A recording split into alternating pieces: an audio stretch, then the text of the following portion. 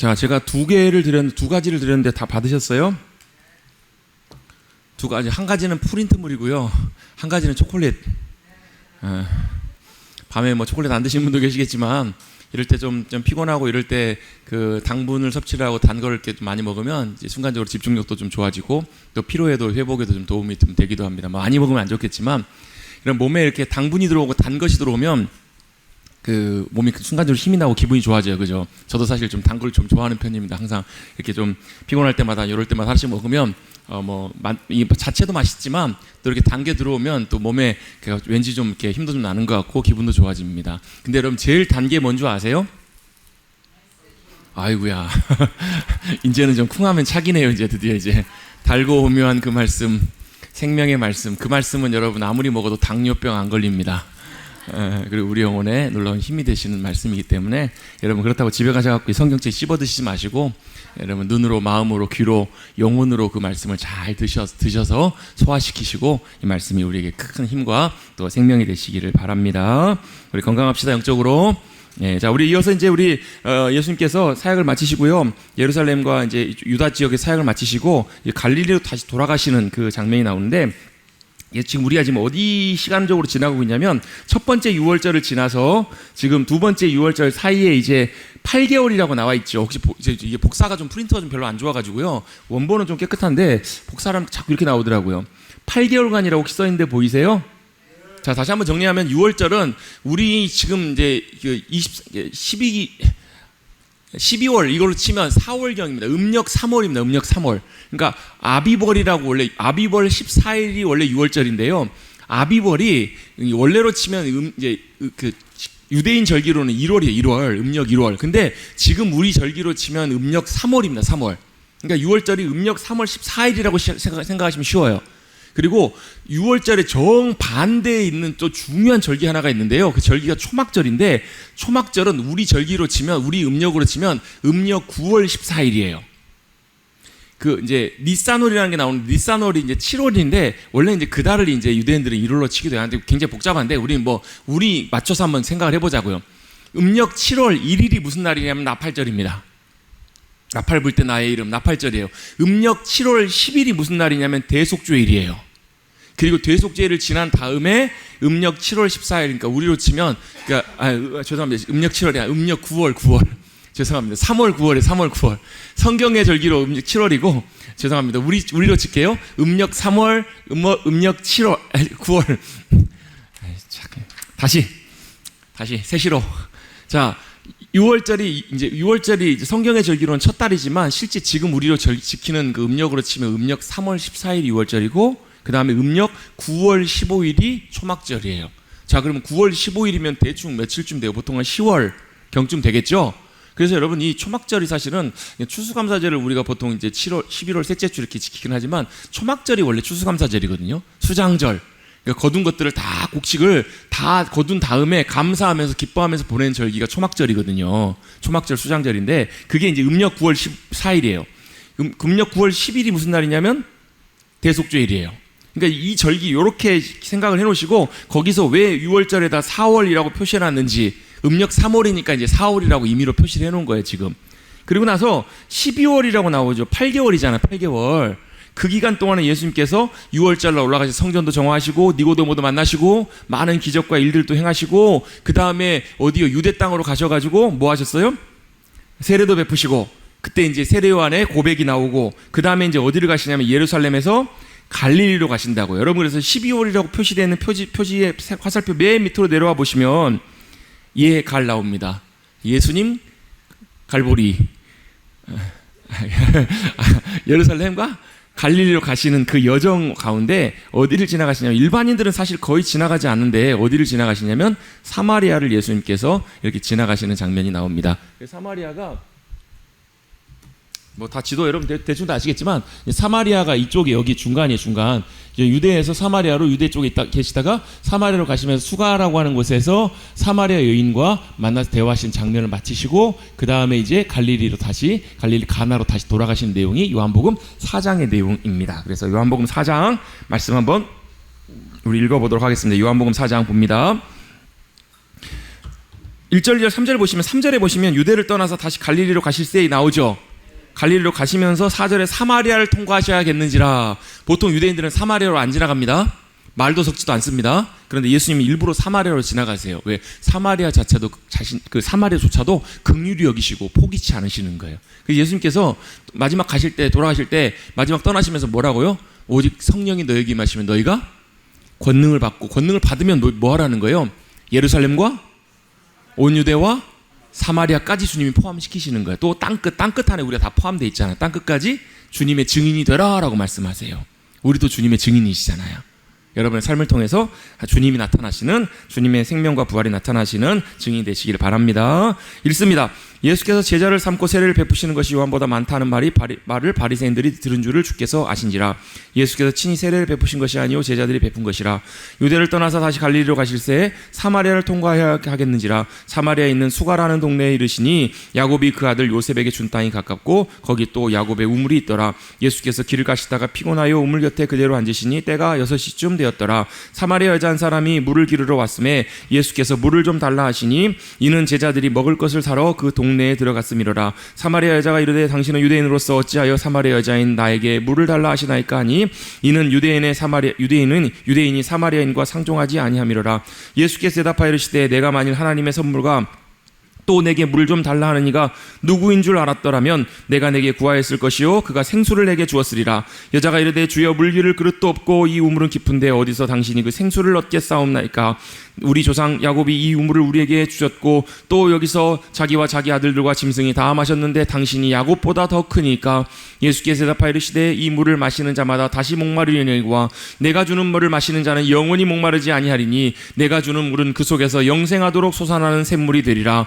여자가 이르되 주여 그런 물을 내게도 주사 목마르지도 않고 또 여기 물 기르러 오지도 않게 하옵소서. 이르시되 가서 내 남편을 불러오라. 여자가 대답하여 이르되 나는 남편이 없나이다. 예수께서 이르시되 내가 남편이 없다는 말이 옳도다. 너에게 남편 5이 있었고 지금 있는 자도 내 남편이 아니니 내 말이 참되도다. 여자가 이르되 주여 내가 보니 선지자로소이다. 우리 조상들은 이 산에서 예배하였는데 당신들의 말은 예배할 곳이 예루살렘에 있다 하더이다. 예수께서 이르시되 여자여 내 말을 믿으라. 이 산에서도 말고 예루살렘에서도 말고 너희가 아버지께 예배할 때가 이르리라. 너희는 알지 못하는 것을 예배하고 우리는 아는 것을 예배하노니 이는 구원이 유대인에게서 남이라. 아버지께 참되게 예배하는 자들은 영과 진리로 예배할 때가 오나니 곧 이때라. 아버지께서는 자기에게 이렇게 예배하는 자들을 찾으시느니라. 하나님은 영이시니 예배하는 자가 영과 진리로 예배할지니라.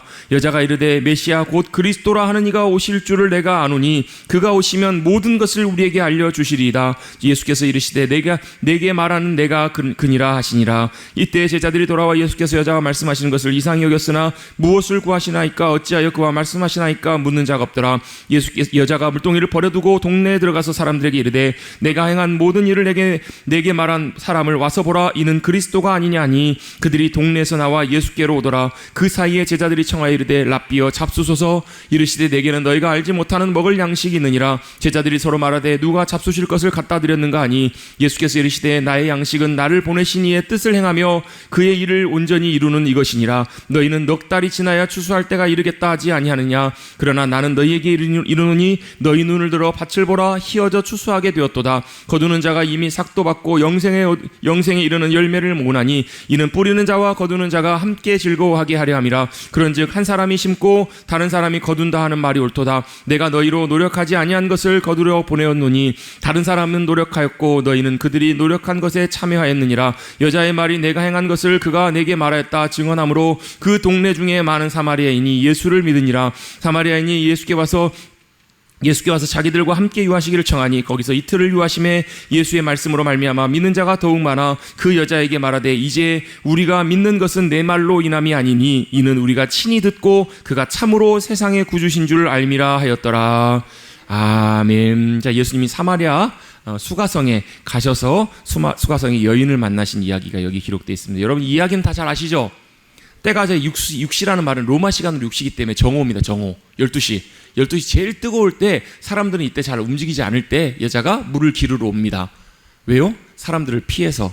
뭐 때문에요? 참 여러 가지로 좀 불편한 여러 가지 인생에 부끄러운 뭔가가 많이 있었기 때문에 그런 게 아닌가. 지금도 뭐 결혼하고 이혼하는 경우들 뭐 요즘은 좀 많이 있지만 지금도 여러분 6번 결혼하는 사람들이 이렇게 그렇게 모르겠습니다. 미국은 뭐 충분히 있는 것 같아요. 뭐 그렇게 많이 하는 사람도 있으니까. 근데 그 당시에는 사실 결혼과 이혼이라는 것이 부득이한 경우에 사별이나 이런 경우를 제외하고는 특별한 경우에는 많지 않았던 그런 시대예요. 특별히 여자가 이혼을 해서 혼자 살게 되면 경제적으로 아무것도 할 수 없는 시대가 그 당시였습니다. 그래서 성경에서 고아와 과부를 항상 돌아보라고 하신 이유가 뭐냐면 고아와 과부는 그 시대에 가장 어려운 그런 사람들, 대상들이었기 때문에 그래요. 이 여자가 5번이나 결혼하고 지금 사는 남자도 자기 정식 남편이라고 얘기할 수 없을 만큼 사실 쉽지 않은 인생을 살아갔다는 것을 알 수 있어요. 그런데 그런 여자, 사마리아 여자, 그리고 그 여자, 인생에 어찌 보면 자기 인생을 스스로가 실패했다고 생각하는 그 여자에게 누가 찾아오시냐면 예수님이 찾아오세요.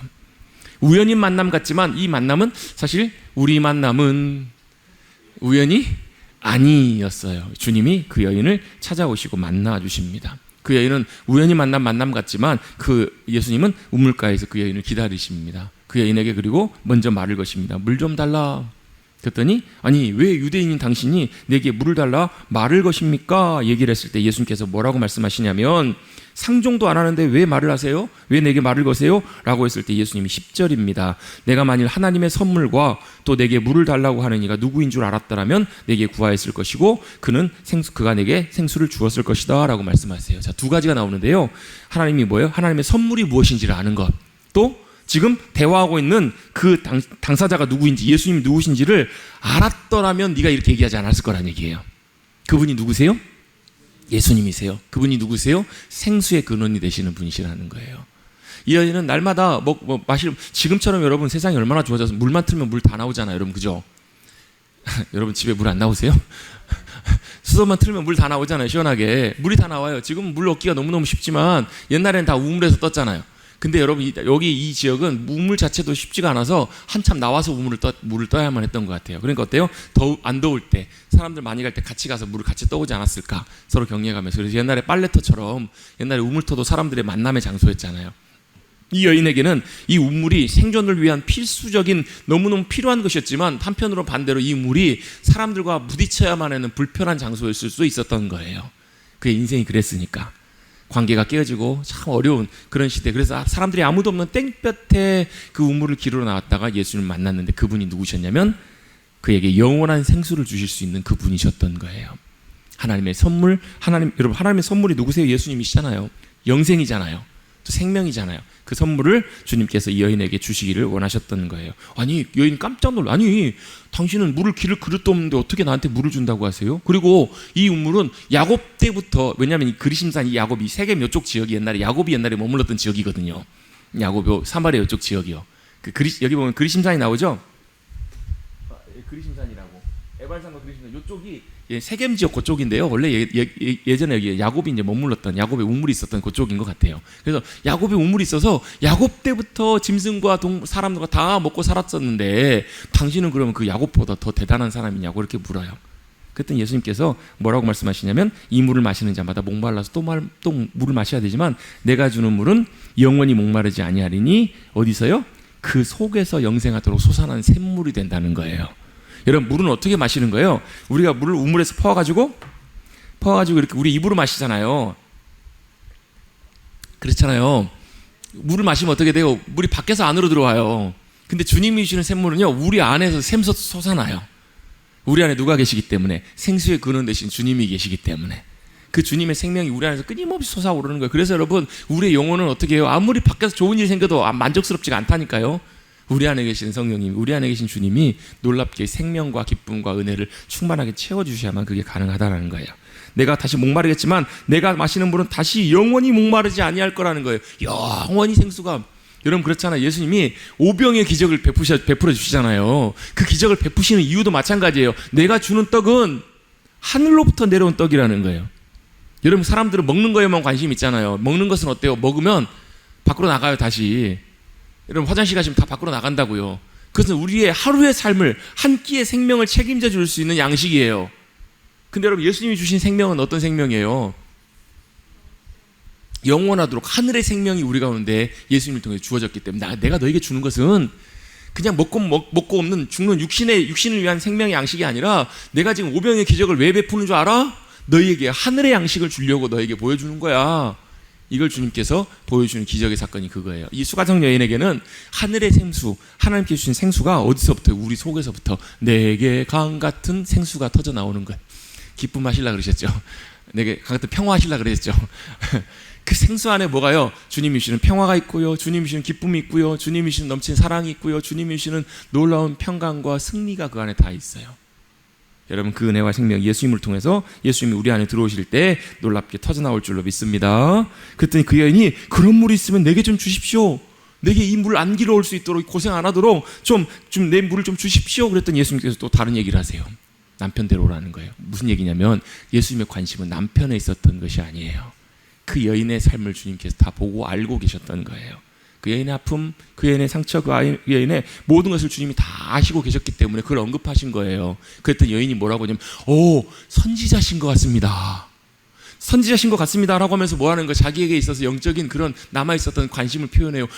선지자, 옛날 우리는 이 조상들은 이 산에서 예배는, 이 산이 어디냐면 그리심산 여기거든요. 그 북이스라엘이 그 사마리아에서 여로보암이 사마리아에 신당을 만들어 버리잖아요. 베델 뭐 이런 데 신당을 만들잖아요. 그걸 얘기하고 있는 거예요. 이 산에서 예배했는데 남유다 사람들은 예배할 곳이 어디 있다고요? 예루살렘에 있다라고 그렇게 하는데 도대체 누구 말이 맞는 거예요? 어떻게 해야 되는 거예요? 뭐예요? 지금 자기가 누굴 만난 거예요? 선지자를 만난 거예요. 하나님의 사람을 만난 거예요. 그래서 내가 하나님 앞에 어떻게 해야 될지를, 그가 궁금했던 거 어떻게 해야 될지를 지금 예수님께 묻고 있는 거예요. 그랬더니 예수님께서 뭐라고 대답하셨어요? 그 질문에 대해서 하신 대답이 예배에 대해서 주님 말씀하세요. 아니야, 이 산에서도 말고 예루살렘에서도 말고 진짜 아버지께로 예배할 때가 오는 거야. 그때가 언제라는 거예요? 바로 이때라는 거예요. 이때는 언제예요? 곧 이때라 아버지께서는 자기에게 예배하는 자들을 찾으시는데, 어떤 예배하는 자들을 찾으시냐면 하나님은 영이시기 때문에 예배하는 자가 어떻게 해요? 영과 진리로 예배하는 이들을 찾으신다라는 거예요. 옛날에는 신령과 진정으로라고 이렇게 표현되어 있었거든요. 그래서 어감이 어떠냐면 정성을 다해서 우리 하나님을 예배해야 되는구나 이렇게 생각하기 쉬웠는데요. 여러분, 여기에는 정성이라는 표현이 하나도 안 나와요. 영과 진리로라는 말은, 영이라는 말은 두 가지 의미가 다 포함되어 있어요. 우리의 영으로. 여러분, 예배는 우리의 영이 끼어서 주님 앞에 영으로 예배하는 거예요. 그래서 예배드리는 사람은 반드시 그리스도인들이 주님을 예배합니다. 예배 참석자는 있지만요, 진짜 예배하는 사람은 그리스도인들이 주님을 예배해요. 그리고 또한 두 번째 영으로 예배한다는 말은, 내가 영으로 예배하기 위해서는요, 반드시 누가요? 성령님이, 하나님의 영이신 성령님이 도와주시고 붙잡아 주시는, 성령님이 주관하시는 예배여야만 된다는 거예요. 그래서 여러분, 우리의 예배는요, 반드시 성령님이 운행하셔야 돼요. 성령님이 역사하셔야 되고 성령님이 주관하셔야 돼요. 제가 아까 말씀드렸어요. 여러분, 성령님이 어디 계신다고요? 내 안에 계신다고요. 여러분, 그거 느끼세요? 못 느끼시는 분들도 계실 거예요. 그래서 여러분, 우리가 그걸 어떨 때 성령 충만함을 통해서 어떤 성령님의 능력이나 역사하심이나 이런 것들을 우리가 경험할 때, 성령님이 이런 분이시구나, 이렇게 역사하시는구나라는 것을 우리가 조금 더 알게 되거든요. 느끼게 되거든요. 경험하게 돼요. 그러면서 이럴 때 이렇게 더 성령님과 교통하면서 함께 갈 수 있는 그런 귀한 기회가 열리는 거예요. 우리 가운데. 좋은 거예요, 여러분. 그래서 여러분, 은사와 능력을 경험하는 것은 참 우리에게 귀해요. 우리가 잘못 알고 잘못 오해하고 잘못 빗나가서 그러니까. 그래서 그렇죠. 잘 배우고 제대로 하면 너무너무 좋은 거예요. 왜? 성령님의 은사와 능력은요, 우리가 감당할 수 없는 것들을 감당케 하신 능력이니까요.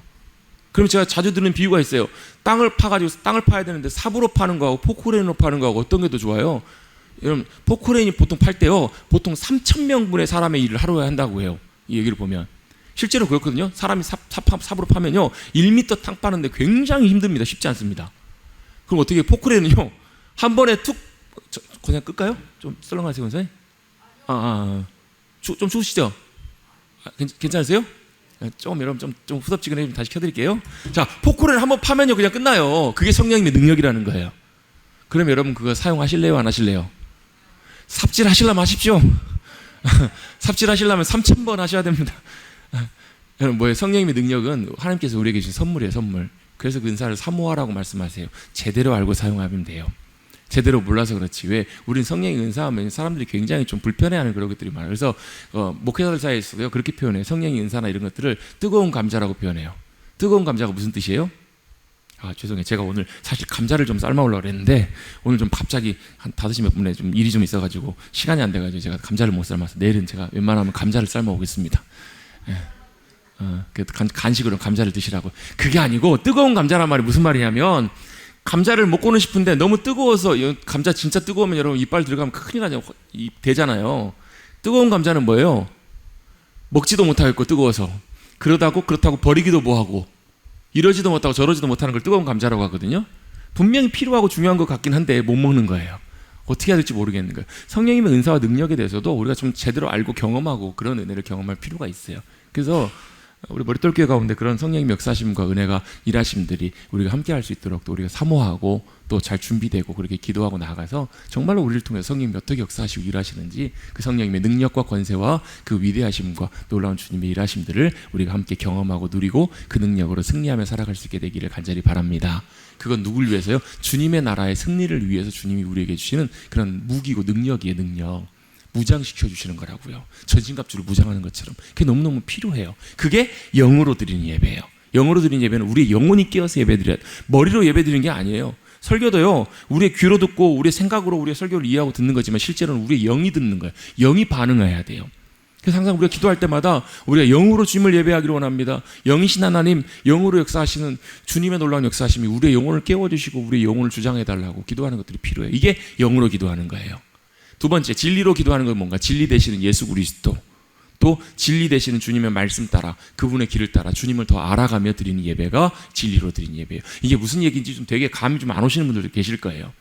무슨 내용이 잘 이해가 안 되시는 분도 계실 텐데 간단하게 그 부분 중에 하나만 설명을 드리면 뭐냐면 여러분 이곳에서 예배를 드리시다가 갑자기 하나님께서 마음에 감동하셔서 하나님이 이런 분이시고 예수님의 은혜가 이런 것이구나 하는 것을 갑자기 깨닫게 됐어요. 그게 뭐예요? 진리예요. 진리의 빛이 우리 가운데 확 비춰졌더니 어떻게 해요? 갑자기 말할 수 없는 마음속에서 어떤 감사와 감격과 찬송의 고백이 터져 나와요. 어떨 때 보면 참 나 같은 사람을 하나님께서 왜 사랑하실까 잘 모르고 있다 갑자기 하나님의 은혜가 나를 붙잡아 주시고 인도해 주는구나. 그래서 이런 고백이 터져 나오는 거야. 하나님의 은혜로 있을 때 없는 자 왜 구속해 주신지 잘 모르겠어요. 그런데 내가 믿고 의지하는 것, 내 모든 것 아시는 그 주님이 내 하나님이심을 인하여 감사하고 기뻐합니다. 이게 뭐라는 거예요? 이게 예배이고 찬양이라는 거예요. 그걸 보는 거예요. 어떻게 해요? 우리와 함께 하신 주님을 보는 것, 주님이 어떤 분이신지를 이론이 아니라 실제로 아는 것, 그게 진리거든요. 아멘? 그렇게 알고 예배하는 것, 그게 진리로 예배하는 거예요. 그래서 예배는 절대적으로 그 주님 앞에 나아가 주님을 만나며 그 주님의 얼굴을 보며 예배하는 예배여야만 한다는 거예요. 그래서 영과 진리로 하나님은 그런 사람, 예배하는 자는 영과 진리로 예배할지니 이렇게 예배할지니라라고 말씀하세요. 그때 여자가 다르게 얘기합니다. 메시아가 우리에게 와서 가르쳐 줄 거라고 하는데 메시아가 올 거라고 했더니 내가 내가 메시아라는 거예요. 그랬더니 여인이 깜짝 놀래요. 왜? 진짜로 믿어지는 거예요. 왜? 그가 만나서 했던 모든 일들, 그가 깨달았던 모든 것들이 진짜로 메시아가 오셔서 사실 그 일과 똑같은 일이었기 때문에. 그래서 어떻게 해요? 내가 메시아를 만났다라고 그렇게 피하고 싶었던 사람들에게 가서 외치는 거예요. 이게 복음이에요. 복음은 내 상처와 아픔을, 내 문제와 것들을, 어그러진 것들을 펴게 하시고 회복시키시고, 그래서 어떻게 해요? 내가 가지 못했던 것, 내가 완전히 회피하고 싶었던 그 모든 것들을 해결하시고 온전케 하시는 것이 바로 복음의 능력이라는 거예요. 여자가 어떻게 해요? 물동이 들고 왔다가 물동이 던져버리고 사람들에 가서 외쳐요. 내가 그리스도를 만났다. 내가 만난 사람이 그리스도가 아니냐 이렇게 외쳐요. 그때 예수님, 이제 제자들이 와가지고 아니 예수님 좀 드십시오 그랬더니 나는 너희가 알지 못하는 양식이 있다. 이게 무슨 양식이에요? 하나님께서 놀랍게 역사하시는 하나님 나라의 놀라운 양식이잖아요. 영혼이 주님께로 돌아오는 놀라운 역사를 주님이 경험하셨기 때문에 안 드셔도 배가 부르셨을 것 같아요. 어쩌면 그럴 때 있잖아요. 여러분 안 먹어도 배부를 때 있죠. 안 먹어도 배불러. 아이들 먹고 있는 거 보면서 흐뭇해하는 거 보면서 안 먹어도 배불러. 물론 그래도 먹어야 되겠지만 예수님께서도 그래도 아마 나중에 드셨을 거예요. 근데 진짜 양식이 무엇인지를 주님 보여주시는 거예요. 그러면서 넉 달이 지나야 추수할 때가 된다고 하지 않냐. 이걸 갖고 이제 우리가 이때가 왜냐하면 첫 추수를 언제 하냐면 6월절 지나고 초실절이 와요. 그러니까 우리가 예수님을 부활의 첫 열매라고 보통 그 고린도전서 15장에 이렇게 표현을 하잖아요. 예수님 십자가에 돌아가시고 3일 만에 부활하시는데 6월절 지나고 3일째가 되는 날이 이제 첫 초실절이에요. 초실절이 두 번이 나오고 성경에 보면요. 초실절인데 이건 첫 보리 수확하는 이때예요. 그러니까 음력 4월경에 첫 보리를 수확하는 이때고요. 그 다음에 이때부터 이제 50일간을 숫자를 세요. 그래서 50일 세는 날이 오순절이에요. 오순절. 그리고 이제 그때 맥추절이라고도 부르는데 그때는 뭐 하냐면 그때는 이제 밀보리 밀을 추수하는 그때 이제 추수절이 되는 거예요. 그게 맥추절이에요. 맥추보리. 그러니까 밀보리. 그때 추수하는 초실절이 2번이 나와요. 그래서 추수할 때가 넉 달이 지나야 추수할 때가 이르지 아니할까 이걸 보면서 이때는 6월절 넉 달 전쯤 되지 않았을까라고 뭐 해보는 거예요. 이제 짐작을 해보는 거예요. 우리가 시간대별을.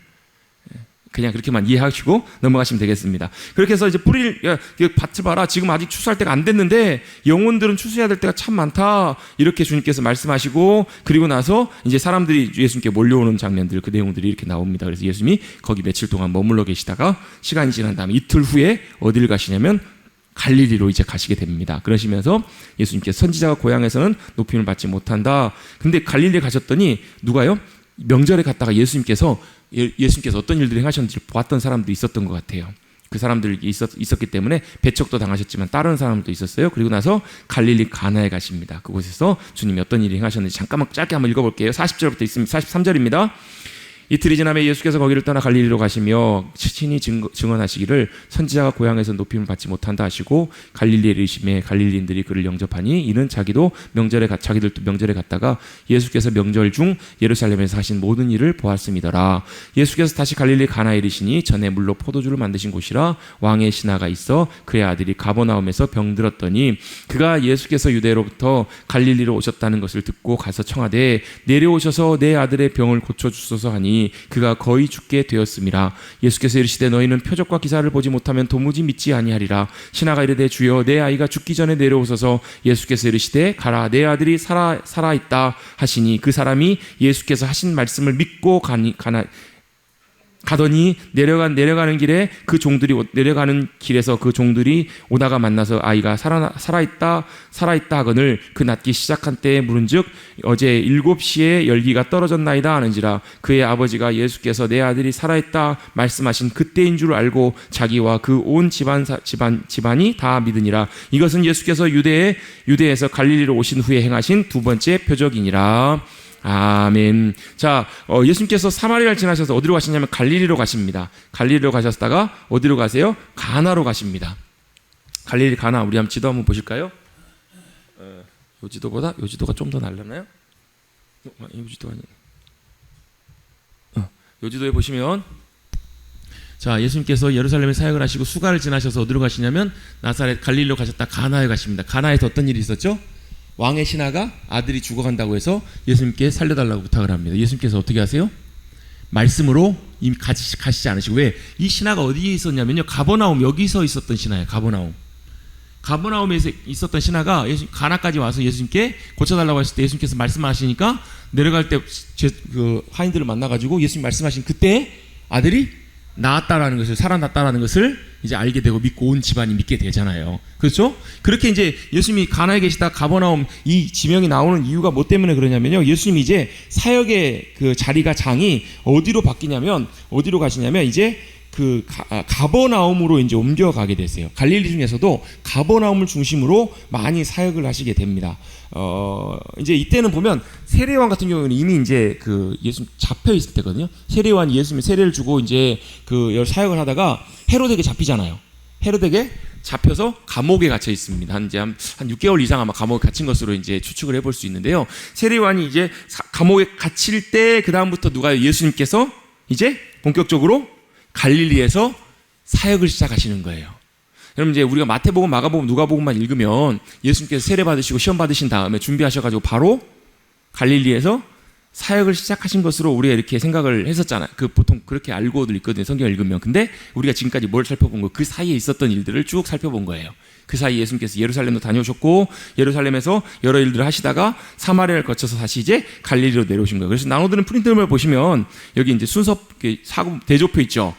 제가 나중에 기회가 되면 이게 좀 자세하게 너무 하나하나 다 나와 있어서 보시기가 좀 더 불편하실 수도 있거든요. 제가 나중에 혹시 제가 이번에 성경독 전에 정리를 하다가 제가 못했어요. 조금 하다가. 사실은 이게 여러 가지로 좀 복잡한 것들이 좀 많아서 나중에 혹시 좀 간단하게 정리를 하면 다시 한번 정리해가지고 성경독 참석하신 분들만 제가 드리고 나머지 분들은 간절히 부탁하시면 드릴까 말까 고민해 뭐 드리든지. 근데 이게 사실 이게 설명을 들어야 사실 좀 이해가 되거든요. 이 표도요. 보시면 이제 쭉 내려오시면 중간쯤에 지금이 이제 언제냐면 이제 27년경이에요. AD 27년. 왜 27년이냐면 연도 계산하는 사람이 잘못해가지고 원래 BC와 AD를 예수님 기준으로 잡아야 되는데 잡아놓고 나중에 보니까 그렇게 날짜를 다 잡아놨는데 나중에 보니까 잘 안 맞아. 왜 헤롯 대왕이 죽고 이제 예수님이 태어나신 그 장면들 있잖아요. 헤롯 대왕이 죽기 전에 예수님 태어나시잖아요. 그잖아요. 그때를 봤을 때 헤롯이 역사적 연대로 봤을 때 BC 한 4년경에 죽은 걸로 보통 보거든요. 예수님 출생은 아마 BC 5년 전, 5년, 4년쯤 그쯤 되지 않을까? 이렇게 추측을 해서 계산을 해본 거예요. 그러면 예수님이 30세경에 이제 공생의 사역을 시작하셨다고 보면 대충 언제쯤으로 잡을 수 있냐면 한 AD 27년에서 한 30년경으로 잡을 수 있지 않을까? 그래서 이제 추측을 해서 연대를 적어 놓은 거예요. 그러니까 27년이라고 보고 27년 첫 해 이제 예수님께서 6월절 그 전후로 해가지고 예수님께서 이제 사역을, 공생의 사역을 시작을 하십니다. 이제 본격적으로 갈릴리, 사마리아를 지나서 갈릴리, 여러분 5번 그 보이세요? 5번 1차 갈릴리 사역이라고 보이세요? 이제 갈릴리에서 본격적으로 이제 사역을 시작하십니다. 갈릴리 사역을 시작하시는데 그 맨 뒤에 오른쪽에 요한복음에 보면 요한복음 4장 43절부터 45절, 46절부터 54절 나오죠. 이게 방금 읽었던 본문이에요. 어떻게 예수님께서 가나에 가셨다가 다시 어디죠? 그 갈릴리에 가셨다 가나로 가셔서 거기서 가버나움에서 온 신하의 아들을 고쳐주신 사건, 말씀으로 고쳐주신 사건이 바로 거기 나와요.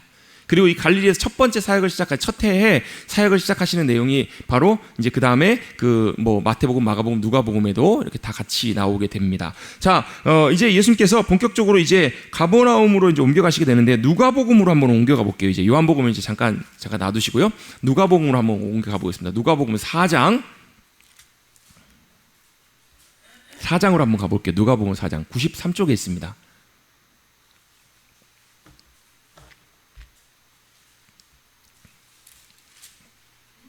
자, 찾으셨어요? 누가복음 4장에 보시면 누가복음 4장의 첫 내용들은 예수님께서 시험 받으신 장면이에요. 성령 충만하게 세례받으 시험 받으시고 그 다음에 시험 나오는 내용들이 쭉 나온 다음에 14절까지 보시면 이제 13절하고 14절 내용에 보시면 시험 받으시고 성령의 능력으로 갈릴리로 돌아오셨잖아요. 그죠? 근데 이 사이에 무슨 일들이 있었다고요? 어제 오늘 살펴봤던 많은 내용들이 있었던 거예요. 이 사이에 시험 받으시고 예수님이 어디요? 예루살렘에 6월절을 지키러 가버나움을 가셨다가 예루살렘으로 다시 가셨다가 6월절날 성전을 그만할게요. 성전 정화하시고 그 다음에 어때요? 놀라운 능력을 행하시고 거기서 오랜 시간 동안 사역을 좀 하셨던 것 같아요. 몇 달 동안. 그때 누가 니고데모가 찾아오고 니고데모가 만나고 그다음에 여러 사역들 하신 다음에 다시 사마리아를 거치셔서 어디로 내려오세요? 갈릴리 가나로 내려오시고 가나로 내려오셨다가 이제 어디로 가시냐면 조금 있다가 가버나움으로 가세요. 가버나움으로 가실 때예요. 그 무렵이 요 무렵인 거예요. 14절부터. 그러니까 13절하고 14절 사이에 그 내용들이 있었다라는 것을 조금 이제 마음속 염두를 해두시고 그 다음에 이제 성령님의 능력으로 갈릴리 오셔서 사역을 시작하신 내용을 보겠습니다. 갈릴리에 돌아가셔서 갈릴리 가셨더니 사람들의 소문이 가득 퍼져요. 여러분 그 이전에는 누가 제일 중심이었냐면 이야기의 중심이었냐면 세례 요한이 사람들의 관심이 있었잖아요. 근데 이제는 누가요? 그 관심이 이제 예수님께로 돌아간 거예요. 요주의 인물이 된 거예요. 예수님을 환영하고 좋아했던 사람들도 있어요. 왜? 예수님이 메시아이신 것 같다, 예수님이 그리스도신 것 같다라고 믿었던 사람들은 예수님을 환영했지만 아니었던 사람들은 저 사람 누구야? 저 인간 누구야? 라고 그렇게 의심을 갖고 또 예수님에 대한 인기를 질투하거나 경계하는 많은 사람들도 있었던 거예요. 그때 예수님 말씀을 전하실 때 어떻게 반응하는가 한번 읽어보겠습니다. 16절입니다. 예수님께서 그 자라신 곳 나사렛에 가십니다. 나사렛에 가셔서 뭐 하시는가 한번 읽어보겠습니다. 16절부터 읽습니다. 예수께서 그 자라시는 곳 나사렛에 이르사 안식일에 늘 하시던 대로 회당에 들어가서 성경을 읽으려고 서심해 선지자 이사야의 글을 들이거늘 책을 펴서 이렇게 기록된 데를 찾으시니 곧 주의 성령이 내게 임하셨으니 이는 가난한 자에게 복음을 전하게 하시려고 내게 기름을 부으시고 나를 보내사 포로된 자에게 자유를 눈먼 자에게 다시 보게 함을 전파하며 눌린 자를 자유롭게 하고 주의 은혜의 해를 전파하게 하려 하심이라 하였더라. 책을 덮어 그 맡은 자에게 주시고 앉으시니 회당에 있는 자들이 다 주목하여 보더라. 이에 예수께서 그들에게 말씀하시되 이 글이 오늘 너희 귀에 응하였느니라 하시니 그들이 다 그의 증언하고 그 입으로 나오는 바 은혜로운 말을 놀랍게 여겨 이르되 이 사람이 요셉의 아들이 아니냐? 예수께서 그들에게 이르시되 너희가 반드시 의사야 너 자신을 고치라는 속담을 인용하여 내게 말하기를 우리가 들은 바 가버나움에서 행한 일을 내 고향 여기서도 행하리라 하리라. 또 이르시되 내가 진실로 너에게 이르노니 선지자가 고향에서는 환영을 받는 자가 없느니라. 내가 참으로 너에게 이르노니 엘리사 시대에 하늘이 3년 6개월간 닫히어 온 땅에 큰 흉년이 들었을 때 이스라엘에 많은 과부가 있었을 때 엘리야가 그중 한 사람에게도 보내심을 받지 아니하고 오직 시돈 땅에 있는 사렙다 한 과부뿐이었으며 또 선지자 엘리사 때에 이스라엘에 많은 나병 환자들이 자들이 있었을 때 그 중에 한 사람도 깨끗함을 얻지 못하고 오직 수리아 사람 나아만 뿐이었느니라. 회당에 있는 자들이 이것을 듣고 다 크게 화가 나서 일어나 동네 밖으로 쫓아내어 그 동네가 건설된 땅 낭떠러지로 끌고 가서 밀쳐 떨어뜨리고자 하되 예수께서 그들 가운데로 지나서 가시더라. 아멘. 자, 이 사건이 예수님께서 가버나움으로 가시기 전에 있었던 일이에요. 자, 예수님은 어떻게 했어요? 사람들이 환영하고 열렬히 모셔드린 것이 아니라 이때는 굉장히 배척합니다. 왜요? 예수님께서 말씀을 전하시고 가르칠 때 듣고 좋아했던 사람들도 있었지만 예수님은 그들의 치부, 그들의 약점을 예수님께서 꼭 집어서 얘기하시는 거예요. 그들의 교만함, 그들의 완악함을 주님께서 말씀하시자 이들이 어떻게 발끈한 거예요. 야, 엘리야 시대에도 누구요? 사렙다 과부 한 사람만 엘리야가 보내심을 받고 그를 통해서 일하지 않았냐. 엘리사 시대에도 우리 지난주에 살펴봤죠. 수리아, 이제 시리아라고 하는데요. 아람 군대 장관이었던 나아만만 나병으로부터 고침받지 않았느냐. 이 얘기를 들으니까 누구라는 거예요? 이 사람들이고요. 자기들은 아니고 오히려 이방인들을 하나님께서 더 마치 관심 갖고 사랑하시는 것처럼 그렇게 그들에게 들려지는 거죠. 그걸 듣고 화가 나가지고 예수님을 밀어버리려고. 그런데 예수님은 그들 가운데 쑥 지나가서 어떻게 지나가셨는지 모르겠어요. 막 추치법으로 지나가셨는지 아니면 초월적으로 쑥 지나가셨는지 그건 정확히 잘 모르겠지만 나중에 천국가만 한번 여쭤볼게요. 여쭤보고 알려드릴게요. 어떻게 지나가셨는지. 사람들이 막 몰아가지고 예수님을 땅떨어지 떨어뜨려 버리려고 예수님을 죽이려고 막 몰아갔는데 예수님은 그 사이를 쑥 그냥 지나가 버리세요. 그리고 어디로 가시는가? 나사렛이 아니라 이제는 본건지를 갈릴리 가버나움으로 옮기세요. 그래서 31절입니다. 31절 보시면 갈릴리 가버나움 동네에 내려오사 안식일에 가르치심에 그들이 그 가르치심에 놀라니 이는 그 말씀이 뭐가 있음이라? 권위가 있음이러라. 회당에 더러운 귀신 들린 사람이 있어 크게 소리질러 이르되 아 나사렛 예수여 우리가 당신과 무슨 상관이 있나이까? 우리를 멸하러 왔나이까? 나는 당신이 누구인 줄 아노니 하나님의 거룩한 자니이다. 예수께서 꾸짖어 이르시되 잠잠하고 그 사람에게서 나오라 하시니 귀신이 그 사람을 무리 중에 떠먹뜨리고 나오되 그 사람은 상하지 아니한지라. 다 놀라 서로 말하 이르되 이 어떠한 말씀인고 권위와 능력으로 더러운 귀신을 명함에 나가는도다 하더라. 이에 예수의 소문이 그 근처 사방에 퍼지니라. 아멘. 예수님께서 갈릴리 가버나움으로 이제 옮기셔서 그 회당에 가셔서 말씀을 선포하시는데 말씀을 선포하실 때 어떤 일도 일어나요? 귀신 들린 자가 나가는 역사가 일어나요. 자, 여기 한번 잠깐만 보실게요. 자, 예수님이 이 땅에 오셔가지고 뭘 하셨는가? 예수님이 이 땅에 오셔서 뭘 하셨어요? 하나님 나라의 사역을 하셨다고 제가 말씀드렸어요. 그죠? 마가복음 1장에 보면 예수 그리스도 복음의 시작이다라는 말씀으로 시작해요. 예수님은 뭘 하셨냐면 하나님 나라 사역, 복음 사역을 하셨다고요. 복음 사역이 뭔가? 복음 사역이 아까 우리가 읽었던 누가복음 4장 나와 있는 누가복음 4장 17절, 18절, 19절 말씀이에요.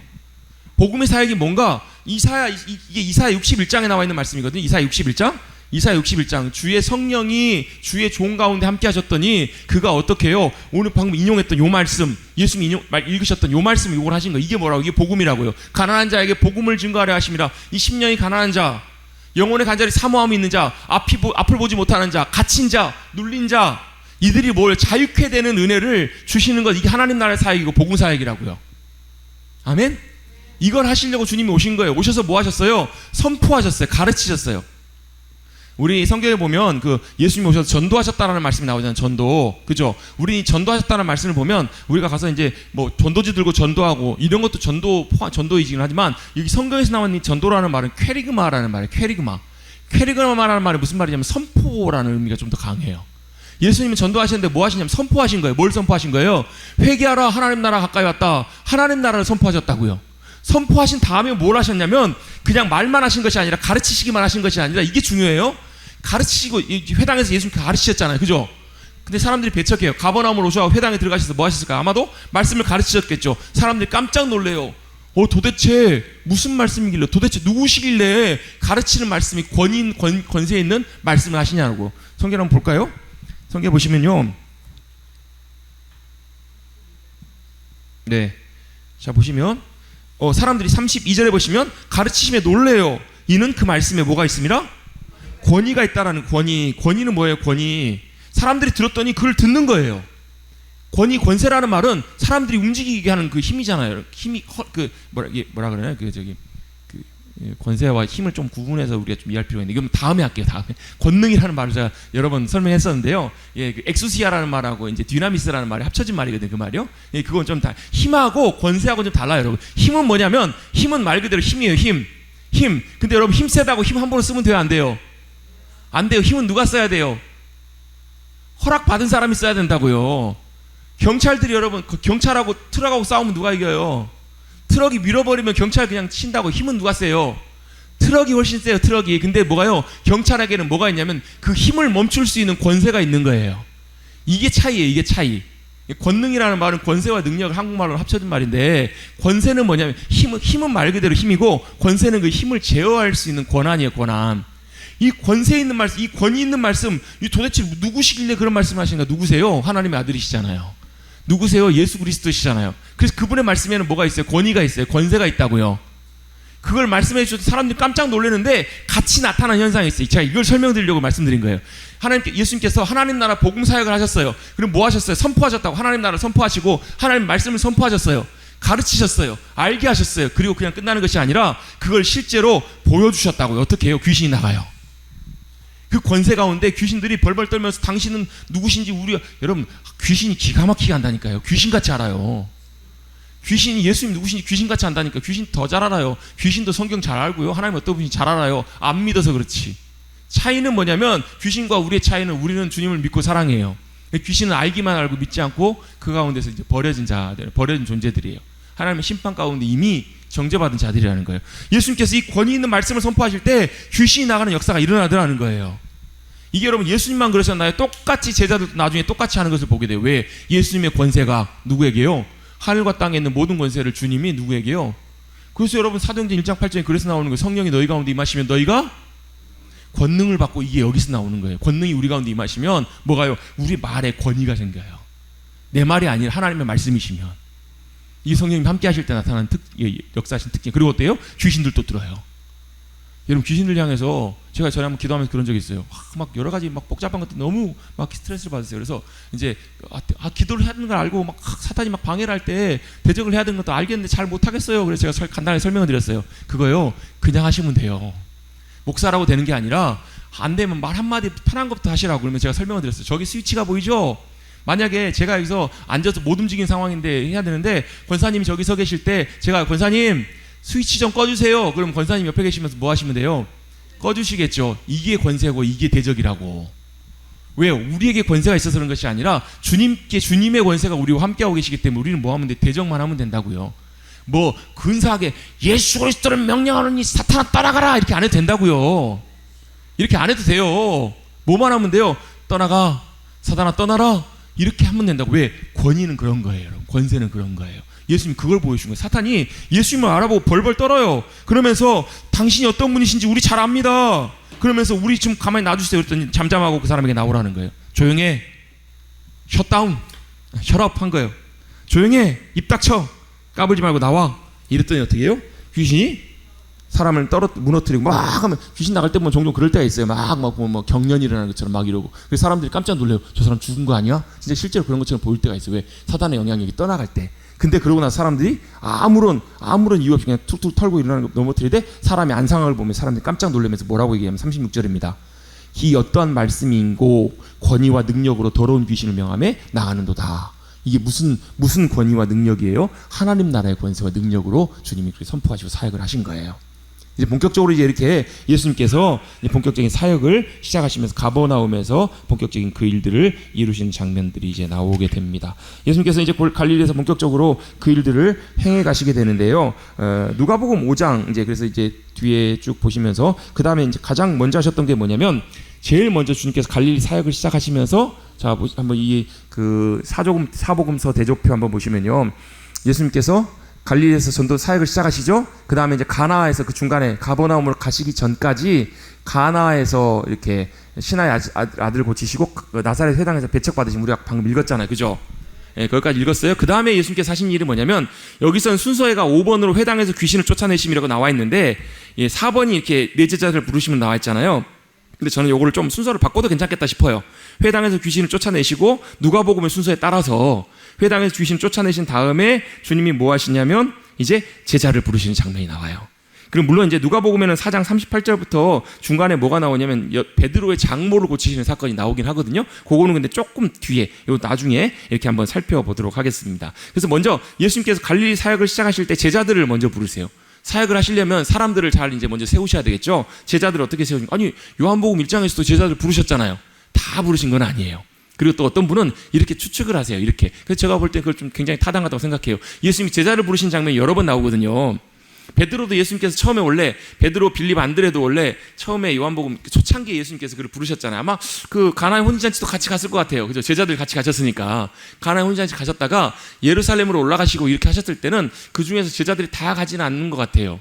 왜? 생업을 해야 되잖아요. 그리고 또 가족들이 있고 돌아봐야 돼. 왜? 베드로도 장모가 있는 걸 봤을 때는 결혼한 사람이잖아요.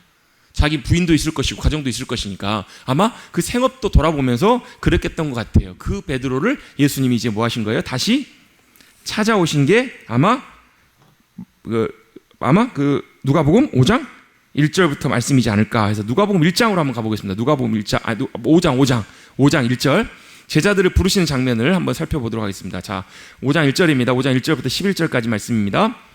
무리가 몰려와서 하나님의 말씀을 들을 때 예수는 게네사렛 호수에 서서 호숫가에 배 두 척이 있는 것을 보시니 어부들은 배에서 나와서 그물을 씻는지라. 예수께서 한 배에 오르시니 그 배는 시몬의 배라. 육지에서 조금 떼기를 청하시고 앉으사 배에서 무리를 가르치시더니 말씀을 마치시고 시몬에게 이르시되 깊은 데로 가서 그물을 내려 고기를 잡으라. 시몬이 대답하여 이르되 선생님, 우리들이 밤이 새도록 수고하였으되 잡은 것이 없지만은 말씀에 의지하여 내가 그물을 내리리다 하고 그렇게 하니 고기를 잡은 것이 심히 많아 그물이 찢어지는지라. 이에 다른 배에 있는 동무들에게 손짓하여 와서 도와달라 하니 그들이 와서 두 배의 채움에 잠기게 되었더라. 시몬 베드로가 이를 보고 예수의 무릎 아래 엎드려 이르되 주여, 나를 떠나소서, 나는 죄인이로소이다 하니 이는 자기 및 자기와 함께 있는 모든 사람들이 고기 잡힌 것으로 말미암아 놀라고 세베대의 아들로서 시몬의 동업자인 야고보와 요한도 놀랐습니다. 예수께서 시몬에게 이르시되 무서워하지 말라. 이제 후로는 내가 사람을 취하리라 하시니 그들이 배들을 육지에 대고 모든 것을 버려두고 예수를 따르니라. 아멘. 베드로가 뭐 했다고요? 모든 것을 버려두고 예수를 따르니라. 그리고 그때 함께 있었던 사람들이 누구라고요? 세베대의 아들들, 야고보와 요한들, 동업자들, 그들도 거기에 같이 있었다고요. 그래서 마태복음 4장으로 한번 넘어가 봅니다. 마태복음 4장, 마태복음 4장 18절입니다. 마태복음 4장 18절로 넘어가 보시면요, 똑같이 예수님께서 제자들 부르신 장면이 나오죠. 어부들을 부르시는데요. 갈릴리 해변에 다니시다가 두 형제 곧 베드로라는 시몬과 그 형제 안드레가 바다에 그물을 던지는 것을 보시니 그들은 어부라. 말씀하시되 나를 따라오라. 내가 너희를 사람을 낚는 어부가 되게 하리라 하시니 그들이 곧 그물을 버려두고 예수를 따르니라. 거기서 더 가시다가 다른 두 형제 곧 세베대의 아들 야고보와 그 형제 요한이 그의 아버지 세베대와 함께 배에서 그물 깁는 것을 보시고 부르시니 그들이 곧 배와 아버지를 버려두고 예수를 따르니라. 아멘. 자, 이 장면을 보시면 이게 마태복음과 누가복음을 좀 같이 섞어서 보시면 아마 여기 마태복음엔 자세히 설명이 안 돼 있지만 베드로를 부르실 때 아마 이런 극적인 사건이 좀 있지 않았을까. 그래서 어때요? 이때부터는 예수님을 전적으로 자기의 배와 생업까지도 다 내려놓고 예수님을 전적으로 2년 반, 3년 가까운 시간 동안 예수님을 따르지 않았을까라고 이렇게 우리가 말씀을 통해서 이제 구성을 해볼 수가 있는 거예요. 또 누구도요? 세베대 아들들 야고보와 요한. 자, 예수님은 뭐라고만 그러신 베드로에게 나를 따라오너라. 내가 너희를 사람을 낚는 어부가 되게 하리라. 여러분 생각해 보세요. 박근자 권사님 가고 계시는데 아무것도 맥락도 없이 갑자기 나를 따라오너라. 내가 너희를 사람을 낚는 어부가 되게 하리라. 그러면 쉽게 따라오기는 어려웠겠죠. 근데 만약에 누가복음에 있었던 그런 사건이 먼저 전제가 되었다면 어떻게 해요? 기꺼이 야, 이제는 네가 고기 낚는 어부가 아니라 이제는 사람을 건져내는 그런 귀한 영혼의 어부들이 될 거다 말씀하셨을 때 베드로가 어땠을까요? 예, 주님, 제가 따라가겠습니다. 이렇게 하지 않았겠냐는 거예요. 조금 이렇게 우리가 입체적으로 살펴보면 이 내용들을 요렇게 해서 예수님께서 갈릴리 사역을 시작하시면서 제자들을 부르시고 준비시켰구나라는 것을 우리가 이제 좀 살펴볼 수가 있겠습니다. 아시겠죠? 그렇게 예수님께서 이제 하시고 이제 마가복음 말씀은 그냥 비슷한 말씀이기 때문에 좀 이제 넘어가도록 하겠습니다. 그 다음에 이제 갈릴리에서 본격적인 사역을 시작하시면서 다시 이제 가버나움에서 있었던 일, 회당에서 귀신을 쫓으시고 이런 일들은 갈릴리 사역의 첫 번째고요. 그 다음에 이제 우리 아까 읽지는 않았지만 다시 누가복음으로 잠깐 넘어가 보시면 누가복음 5장 넘어가 보시면요. 누가복음 5장 넘어가 보시면 거기 아까 제가 잠깐 넘어갔던 말씀 있죠? 누가복음 4장에 38절부터 보시면 베드로의 장모의 열병을 고치신 사건이 나와요.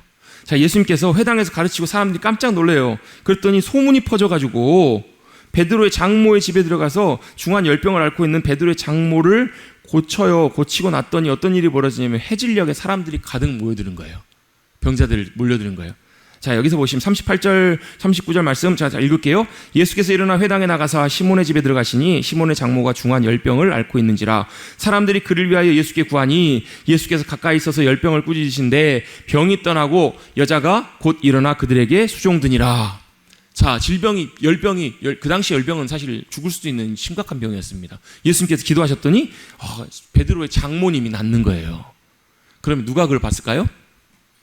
베드로도 봤을 거고 베드로의 아내도 봤겠죠. 장모님이니까. 여러분, 장모님이 아픈데 친정 엄마가 아픈데 여러분 누가 제일 먼저 달려가야 돼요? 일단 딸이 먼저 달려가야 되겠죠. 베드로의 아내도 이 자리에 있었을 확률이 거의 99%가 가까울 것 같아요. 근데 그걸 누가 고쳐주세요?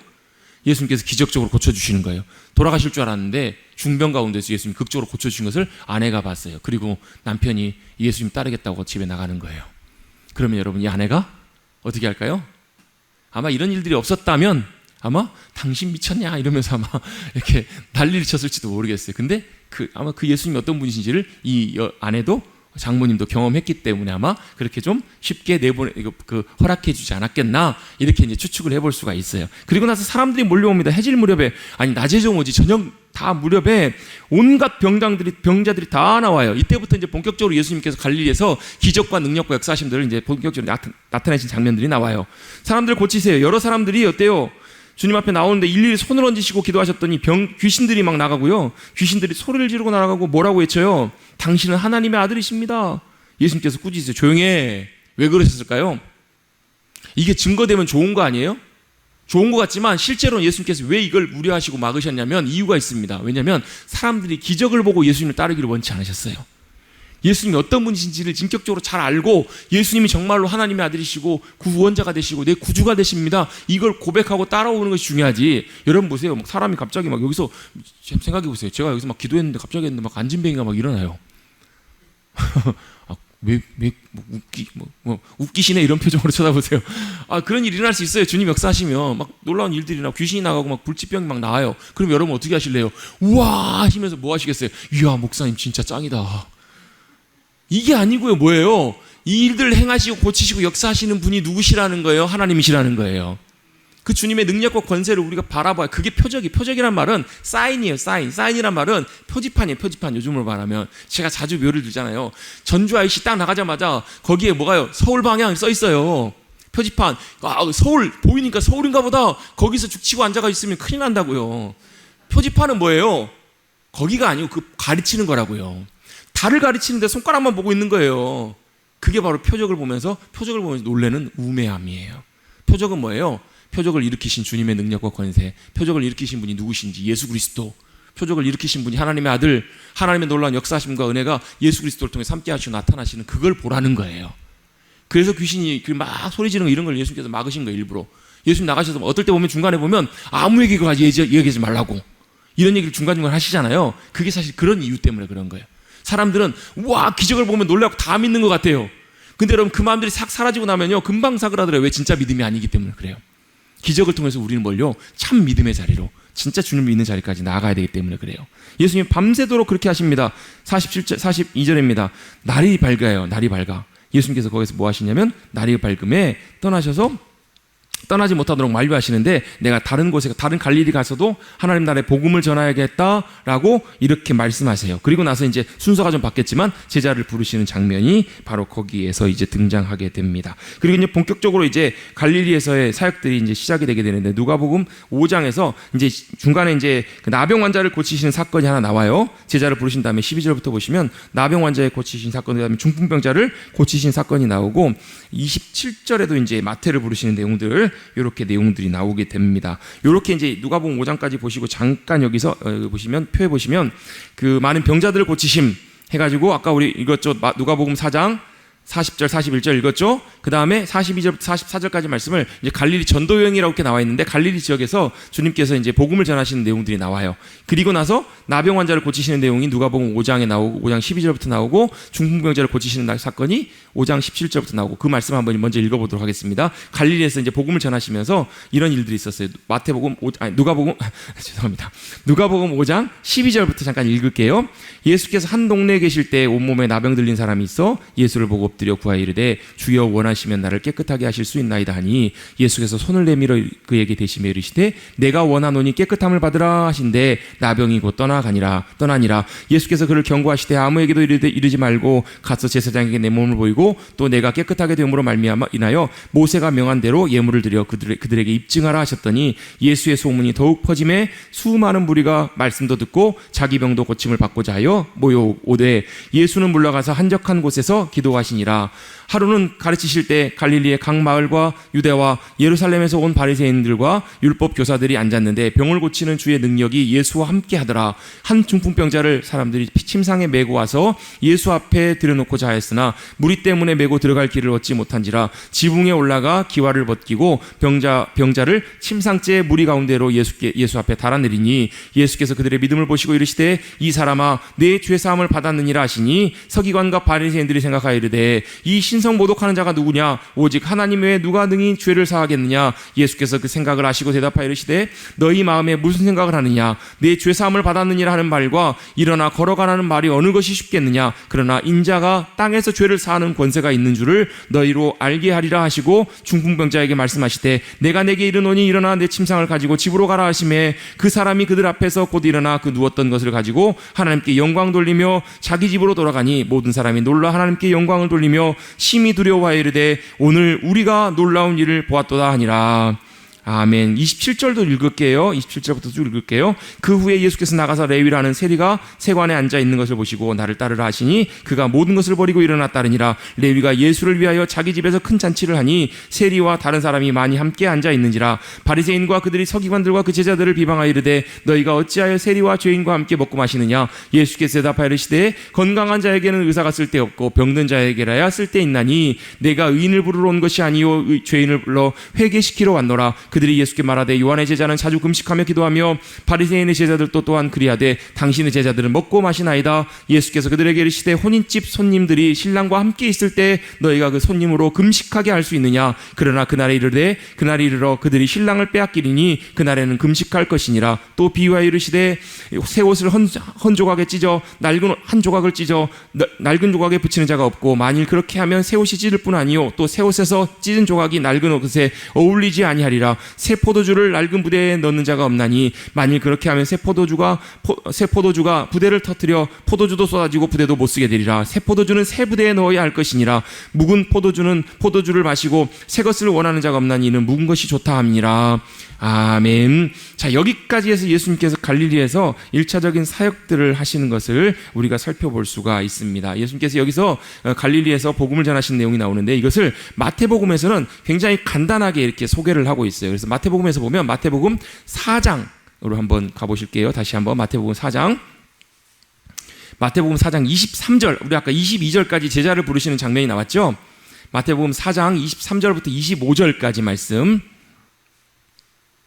한번 보실게요. 제일 먼저 읽겠습니다. 예수께서 온 갈릴리에 두루 다니사 그들의 회당에서 가르치시며 천국 복음을 전파하시며 백성 중에 모든 병과 모든 악한 것을 고치시니 그의 소문이 온 수리아에 퍼진지라. 사람들이 모든 앓는 자 곧 각종 병에 걸려서 고통당하는 자 귀신 들린 자 간질하는 자 중풍병자들 데려오니 그들을 고치시더라. 갈릴리와 데가볼리와 예루살렘과 유다와 요단강 건너편에서 수많은 무리가 따르니라. 아멘. 예수님의 갈릴리 사역을 다시 이제 1차 사역들을 처음에 하셨던 사역을 간단하게 세 절로 요약해서 설명을 하고 있어요. 마태는요. 그러면서 물론 아까 제가 이제 마태복음 설명드리면서 마태는 내용들을 많이 모아서 설명해 놨다고. 그리고 나서 이제 5장부터 7장까지는 예수님의 산에 올라가서 설교하셨던 설교를 다 한꺼번에 모아놨어요.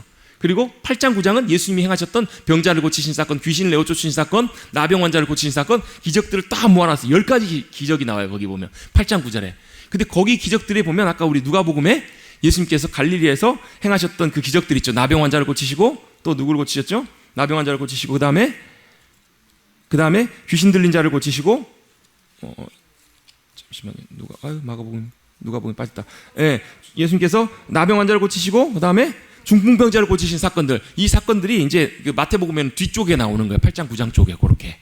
그래서 그 날짜 그 절에 보면 이렇게 좀 다르죠. 문둥병자를 고치심이 뭐 8장에 나오고 그다음 중풍병자를 고치심이 9장에 나오고 그러죠. 마가복음에는 언제 나오냐면 2장에 나와요. 그 내용이. 그 중풍병자를 고치신 사건이. 이게 지금 갈릴리에서 첫 번째 해에 예수님께서 갈릴리 사역하셨던 내용들이 이렇게 쭉 나오는 내용들입니다. 예수님께서 누굴 고치셨다고? 병든 자를 고치시고. 그래서 우리 그 찬양 있잖아요. 누구든지 부르시오, 예수 이름 부르시오. 그 찬양 아시죠? 몸과 마음, 처음에 시작이 어떻게 되죠? 처음에 시작이 생각이 안 나네요. 어때요? 어쨌든 중풍병자, 모든 병자들 누구에게 나오시라고요? 병든 자요, 내게로 오라. 고물상 한 게 아니라, 엿장수 한 게 아니라 누가? 예수님께서 병든 자도 오고 깨어진 자, 귀신 들린 자, 고통 가운데 있는 자 누구에게로? 예수님께로 다 나오라고. 수고하고 무거운 모든 짐진 자들아 다 내게로 나오라.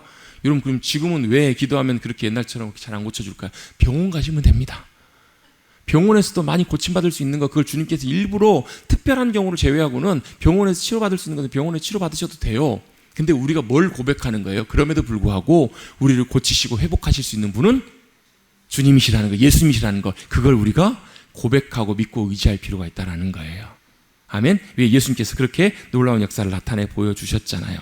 그러면서 중풍병자 사건에 보면 그때 어떤 일이 벌어지냐면 예루살렘에서 온 사람들이 있어요. 유다와 예루살렘에서 바리새인들과 율법교사들, 서기관들이 내려와요. 그때 마침 하필이면 그 기적이 일어난 거예요. 중풍병자가 지붕을 뚫고 내려오는 거예요. 여러분, 영화도 아닌데 갑자기 빰빰빰빰빰 하면서 갑자기 지붕이 뚝 열리더니 하늘문이 열린 것도 아니고 침상이 내려오는데 봤더니 중풍병자가 누워있는 거예요. 그 예수님께서 그 모습을 보시면서 뭐라고 하세요? 그 믿음을 기뻐하세요. 사람들이 너무 많아가지고 올 수가 없으니까 어떻게든지 예수님께, 왜? 예수님께로 다 나오라고 하셨잖아요. 예수님께로 다 나왔는데 어떻게 해요? 방법이 없으니까 지붕까지 뚫고 내려온 거예요. 예수님, 이 사람 예수님밖에는 방법이 없습니다. 친구들의 믿음을 보시면서 예수님께서 그 사람을 고쳐주시는데 어떻게 고쳐주세요? 네 죄사함을 받았느니라, 이걸 먼저 죄 용서를 선포하세요. 그랬더니 사람들이 듣고 도대체 누구길래, 도대체 참담하다, 신성모독이도다. 왜? 죄는 누가만 용서하실 수 있다고 믿었기 때문에, 하나님만 용서하실 수 있었는데 어떻게 사람이 죄를 용서하냐는 거예요. 근데 예수님 용서하실 수 있는 분이세요. 왜요? 하나님의 아들이시니까, 하나님이시니까. 그걸 예수님이 보여주시려고, 논란이 생기는 걸 아시면서도 그걸 보여주시려고 일부러 뭐 하신 거예요? 일부러 그 사건을 그 사람들 앞에서 보여주시는 거예요. 어떻게 해요? 병을 고치기 전에 죄사함을 먼저 선포하시는 거예요. 네 죄사함을 받았느니라. 그리고 나서 일어나 걸으라, 기적을 고쳐주신 거예요.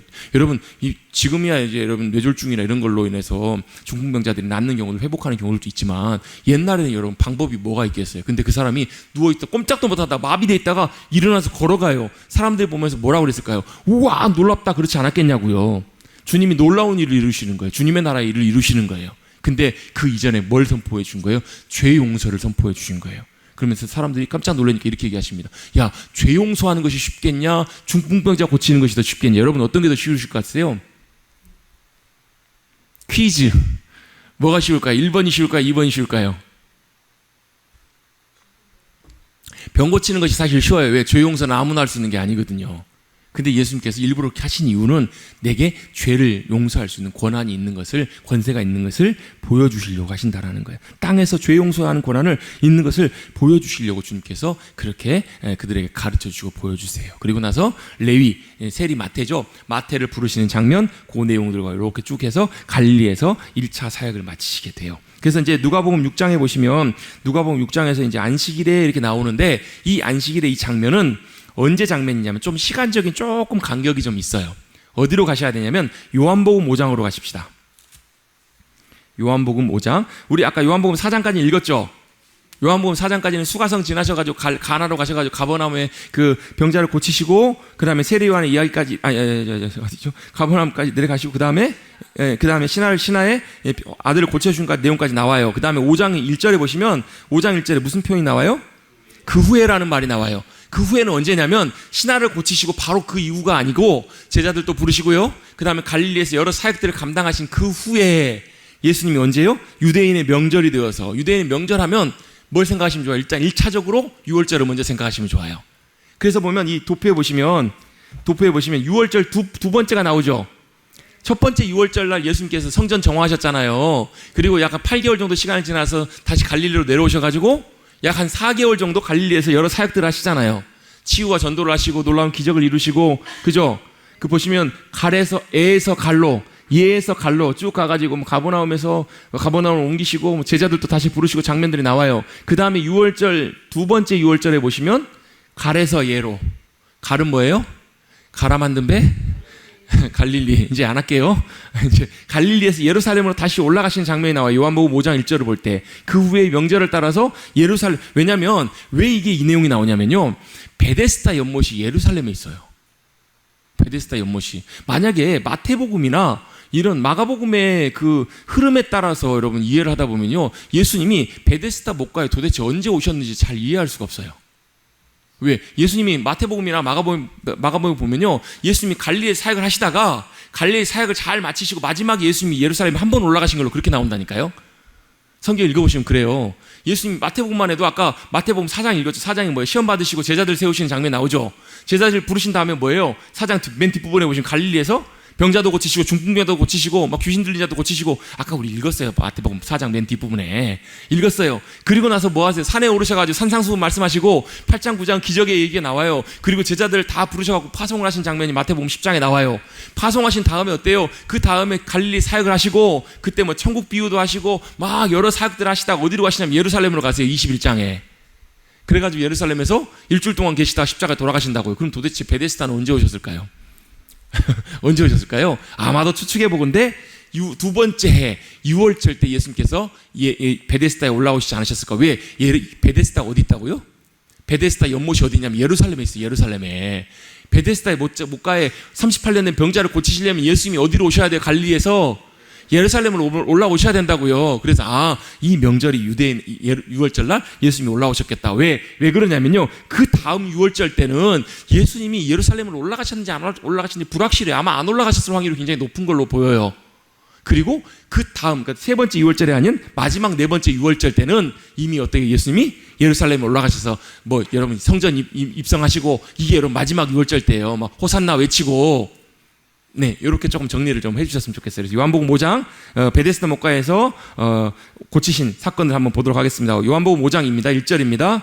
그 후에 유대인의 명절에 대어 예수께서 예루살렘에 올라가시니라. 예루살렘에 있는 양문 곁에 히브리 말로 베데스다라는 못이 있는데 거기 행각 5이 있고 그 안에 많은 병자, 맹인, 다리 저는 자, 헬기 마른 사람들이 누워 물의 움직임을 기다리더니 이는 천사가 가끔 못에 내려와 물을 움직이게 하는데 움직인 후에 먼저 들어가는 자는 어떤 병에 걸렸든지 낫게 되밀어라. 거기 38해 된 병자가 있더라. 예수께서 그 누운 것을 보시고 병이 벌써 오래된 줄 아시고 이르시되 내가 낫고자 하느냐? 병자가 대답하되 주여 물이 움직일 때 나를 못에 넣어주는 사람이 없어 내가 가는 동안에 다른 사람이 먼저 내려가나이다. 예수께서 이르시되 일어나 내 자리를 들고 걸어가라 하시니 그 사람이 곧 나아가 다리를 나아서 다리를 들고 걸어가니라. 이날은 안식일이니 유대인들이 병 나은 사람에게 이르되 안식일인데 내가 자리를 들고 가는 것이 옳지 아니하니라. 대답하되 나를 낫게 한 그가 자리를 들고 걸어가라 하더라 하니 그들이 묻되 너에게 자리를 들고 걸어가라 한 사람이 누구냐 하되 고침을 받은 사람은 그가 누구인지 알지 못하니 이는 거기 사람이 많음으로 예수께서 이미 피하셨습니다.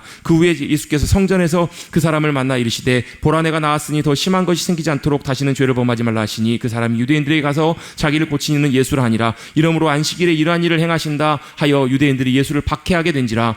예수께서 그들에게 이르시되 내 아버지께서 이제까지 일하시니 나도 일한다 하시매 유대인들이 이로 말미암아 더욱 예수를 죽이고자 하니 이는 안식일을 범할 뿐만 아니라 하나님을 자기 친아버지라 하여 자기를 하나님과 동등됨으로 삼으심이로라. 그러므로 예수께서 그들에게 이르시되 내가 진실로 너에게 이르노니 아들이 아버지께서 하시는 일을 보지 않고는 아무것도 스스로 할 수 없나니 아버지께서 행하시는 그것을 아들도 그와 같이 행하느니라. 아버지께서 아들을 사랑하사 자기가 행하시는 것을 다 아들에게 보이시고 또 그보다 더 큰 일을 보이사 너희로 놀랍게 여기게 하시리라. 아버지께서 죽은 자들을 이렇게 살리심과 같이 아들도 자기가 원하는 자들을 살리시느니라. 아버지께서 아무도 심판하지 아니하시고 심판을 다 아들에게 맡기셨으니 이는 모든 사람으로 아버지를 공경하는 것 같이 아들을 공경하게 하려 하심이라. 아들을 공경하지 아니하는 자는 그를 보내신 아버지도 공경하지 아니하느니라. 내가 진실로 너에게 이르노니 내 말을 듣고 또 나 보내신 이를 믿는 자는 영생을 얻었고 심판에 이르지 아니하나니 사망에서 생명으로 옮겼느니라. 진실로 너에게 이르노니 죽은 자들이 아들의 음성을 들을 때가 오나니 곧 이때라. 듣는 자는 살아나리라. 아버지께서 자기 속에 생명이 있음 같이 아들에게도 생명을 주어 그 속에 있게 하셨고 또 인자됨으로 말미암아 심판하는 권한을 주셨느니라. 이를 놀랍게 여기지 말라. 무덤 속에 있는 자들이 다 그의 음성을 들을 때가 오나니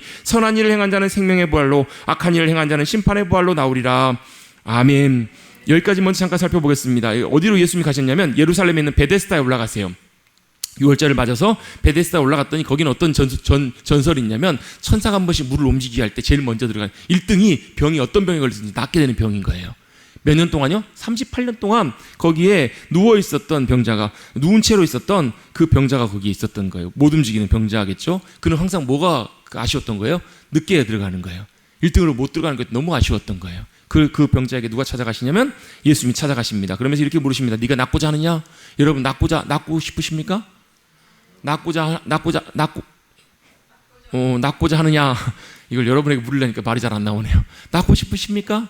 이 병자는 뭐라고 했냐면요, 이렇게 대답해요. 내가 물에 들어가야 하는데 제일 먼저 들어가고 싶은데 아무도 제가 먼저 들어갈 수가 없다는 거예요. 다른 사람이 다 먼저 들어가가지고. 그렇죠? 못 들어가요. 그게 아쉬운 거예요. 그에게 진짜 필요했던 건 뭐예요? 1등이 아니라 뭐가 제일 필요했던 거예요? 예수님의 찾아오심, 예수님의 고쳐주심이 필요했던 거예요. 예수님이 그를 보시면서 뭐라고 얘기하시냐면 들고 일어나 걸어가라는 거예요. 그대로 실제로 그가 들고 일어나서 걸어가게 됩니다. 왜? 예수님이 일어나라고 하셨으니까. 놀라운 기적과 역사를 나타내 주세요. 근데 뭐가 문제돼요? 여러분, 이게 참 중요한 게 이거예요. 하나님의 행하심과 여러분 변두리 사이드를 여러분 잘 구분하셔야 돼요. 하나님의 역사하심이 제일 중요하지, 다른 여러분 변두리 사이드는요, 여러분 그걸 주변에 있는 거예요. 근데 어떤 경우는 꼭 뭐만 보여요? 진짜 그 사람 따라 그런 분들 계세요. 중요한 걸 다 보고 있는데 다른 사람은, 어떤 사람은 쓸데없는 다른 것만 보고 있어요. 꼬투리에 있는 거. 여러분, 우리 짜투리보다 진짜 중요한 걸 보십시다.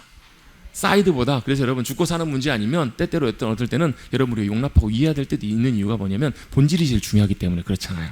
제일 중요한 거 그게 뭐예요? 예수님이 하나님의 역사심을 통해서 행하신 일. 그게 왜 중요한가? 안식일이니까 일하면 안 돼. 그런데 뭐라는 거예요? 예수님께서 일하셨던 이유는 딱 한 가지. 왜 38년 된 병자 한 사람만 고치셨을까? 그 이유는 진짜 딱 한 가지예요. 아버지께서 그걸 원하셨기 때문에 그래요. 예수님이 이 땅에 오셔서 사신 건 뭐냐면 아버지의 일을 그냥 똑같이 순종해서 하신 거예요. 그래서 기도 많이 하신 거예요. 왜요? 아버지께서 행하신 일을 어떻게 해요? 예수님께서 그만 하시니까 어떻게 알아요? 아버지께서 아들을 사랑하셔서 아들을 사랑하시기 때문에 아버지의 일을 보여주신다는 거예요. 사랑하시기 때문에 아들의 일을 보여준다. 제가 이걸 설명하고 있는 거 17절부터 쭉 설명하는 거예요. 자, 우리 아까 사복음서를 날아가면서 연대순, 그 다음에 또 중요한 게 뭐였다고요? 예수님이 누구신가? 우린 다 알고 읽으니까 그렇지. 이 당시 사람들로 보면 예수님 누구신가 첨예한 관심이 있었겠죠. 특별히 바리새인들과 이런 사람들은 아마 예수님 어떤 사람인가 자기가 막 이런다고 하니까 막 관심이 가니까 막 경계를 했겠죠. 그런데 거기다가 뭘 기름을 붓는 거예요. 막 중풍병자를 고쳐놓고 막 사죄하는 권세를 주셨다고 하고, 또 뭐예요? 하나님 아버지가 자기 친아버지래. 그리고 이 사람들은 어때요? 막 팔짝 뛰었겠죠. 근데 그럼 설명하는 거예요. 아버지께서 아들을 사랑하셔서 아들에게 하나님 아버지께서 뭘 원하시고 하나님 아버지 일을 보여준다라는 거예요. 아들은 어떻게 해요? 그대로만 한다라는 거예요. 그걸 그대로 보여줘요. 그래서 어떻게 해요? 아버지께서 죽은 자를 이렇게 살리신 것처럼 아들도 자기가 원하는 다들 그렇게 할 수 있다고 그 권한을 주셨으니까. 그래서 어떻게 해요? 듣는 자는 살아날 때가 온다라는 거예요. 여러분, 주님의 음성을 들으면 우리가 살아나게 될 줄로 믿습니다. 그 권세와 권한을 주님께서 우리에게 주셨다라는 것을 주님께서 설명해 주고 계시는 거예요. 그러면서 나는 스스로 아무것도 할 수 없다. 30절입니다. 30절부터 읽습니다. 내가 아무것도 스스로 할 수 없노라. 듣는 대로 심판하노니 나는 나의 뜻대로 하려 하지 않고 나를 보내신 이의 뜻대로 하려고 함으로 내 심판은 의로우니라. 내가 만일 나를 위하여 증언하면 내 증언은 참되지 아니하되 나를 위하여 증언하시는 이가 따로 있으니 나를 위하여 증언하시는 그 증언이 참인 줄 아노라. 너희가 요한에게 사람을 보내어 요한의 진리에 대해서 증언하였느니라. 그러나 나는 사람에게서 증언을 취하지 아니하노라. 다만 이 말을 하는 것은 너희로 구원을 받게 하려 함이니라. 요한은 켜서 비추이는 등불이라. 너희가 한때 그 빛에 즐거이 있기를 원하였거니와 내게는 요한의 증거보다 더 큰 증거가 있으니 아버지께서 내게 주사 이루게 하시는 역사 곧 내가 하는 그 역사가 아버지께서 나를 보내신 것을 나를 위하여 증언하시는 것이요 또한 나를 보내신 아버지께서 친히 나를 위하여 증언하셨느니라. 너희는 아무 때에도 그 음성을 듣지 못하였고 그 형상을 보지 못하였으며 그 말씀이 너희 속에 거하지 아니하니 이는 그가 보내신 이를 믿지 아니함이라. 너희가 성경에서 영생 얻는 줄 생각하고 그 성경을 연구하거니와 이 성경이 곧 내게 대하여 증언하는 것이니라. 그러나 너희가 영생을 얻기 위하여 내게 오기를 원하지 아니하는도다. 나는 사람에게서 영광을 취하지 아니하노라. 다만 하나님을 사랑하는 것이 너희 속에 없음을 알았노라. 내가 내 아버지 이름으로 왔음에 너희가 영접하지 아니하나 만일 다른 사람이 자기 이름으로 오면 영접하리라. 너희가 서로 영광을 취하고 유일하신 하나님으로부터 오는 영광은 구하지 아니하니 어찌 나를 믿을 수 있느냐. 내가 너희를 아버지께 고발할까 생각하지 말라. 너희를 고발하는 이가 있으니 곧 너희가 바라는 모세니라. 모세를 믿었더라면 또 나를 믿었으리니 이는 그가 내게 대하여 기록하였음이라. 그러나 그 글도 믿지 아니하거든 어찌 내 말을 믿겠느냐 하시니라. 아멘. 예수님이 설명해 주신 거예요. 아버지께서 행하신 일만 나가 행하고 내가 스스로 증언하는 것이 아니라 내가 하는 모든 일들이 뭐라는 거예요? 하나님이 나를 보내시고 역사하시고 함께 하시는 그 증거가 된다라는 거예요. 근데 뭐가요? 그걸 안 믿기 때문에 말씀을 통해서 영생을 너희가 얻기를 구하여서 믿지만 실제로는 안 믿는다라는 거예요. 여러분 믿는 것 같지만 믿지 않는 게 있어요. 여러분 참 믿음으로 주님 앞에 나가시기를 주님 여러분 축복합니다. 정말로 우리의 주님이 주님이심을 믿고 주님을 사랑하게 될 때 우리도 어떻게 해요? 하나님께서 우리를 사랑하시사 우리에게 똑같이 어떻게 하신다고요? 그 우리에게 행하신 주님의 놀라운 일들을 보여주시고 역사해 주실 거란 얘기예요. 아멘. 그리고 나서 어떻게 해요? 이 베데스다 목가에서 예수님께서 놀라운 기적을 보이신 다음에 이 주변엔 특별한 일을 많이 하시진 않으신 것 같아요. 거의 별로 없으시고 다시 어디로요? 갈릴리로 가셔서 마무리를 하세요. 제자들 12명의 제자들을 다 확정하시고 그 다음에 제자들 다 모신 다음에 뭘 하시는가? 자, 한번 보시면 우리 사복음서 대조표를 보시면 한 장을 넘기십시오. 80페이지 80쪽에 보시면 해가 바뀌었죠. 그죠? 27년에서 28년으로 바뀌었죠. 왜? 두 번째 6월절에 이제 예수님이 베데스다 목가에 올라가셔서 베데스다 목가에 38년 된 병자를 고치셨으니까. 그죠? 그리고 나서 거기는 장소가 어디였냐면 예루살렘이었어요. 예루살렘에서 병자를 고치신 다음에 그 다음에 다시 어디로 가시냐면 갈릴리로 가세요. 물론 그 사이에 안식일에 이삭을 베어먹었던 그 사건이 중간에 있었어요. 그런데 다시 갈릴리로 가셔서 예수님께서 뭘 하시냐면 그때 이제 본격적으로 12명의 제자들을 다 세우시고 그 다음에 뭐 하세요? 가르치시는 장면이 나와요. 그 말씀이 산상수훈이에요. 산상수훈. 사실 오늘 제가 진도가 원래 산상수훈까지 이렇게 좀 살펴보려고 그랬거든요. 근데 제가 이런저런 하다 보니까 산상수훈까지 다 살펴보지 못하게 됐어요. 그래서 내일은 바로 산상수훈 말씀. 이제 예수님께서 자 갈릴리에서 사역을 하시고 그 다음에 어디로 가셨어요? 예루살렘으로 2년차에 가셨다가 다시 내려오셔서 다시 2년차 갈릴리의 사역을 하시는 장면. 2년차 사역을 하시면서 제일 먼저 하셨던 것 중에 하나가 바로 뭐냐면 말씀을 가르치시는 산상수훈의 말씀 돼가지고 쭉 함께 우리 하나님의 말씀들을 우리 살펴가 보도록 하겠습니다. 우리 2년차 내용들은 내일 살펴보고 다음 금요일 날은 우리 마지막 2년차 내용 마무리와 3년차와 마지막 예수님께서 올라가셨던 내용들 우리 함께 살펴가 보도록 하겠습니다. 기도하겠습니다.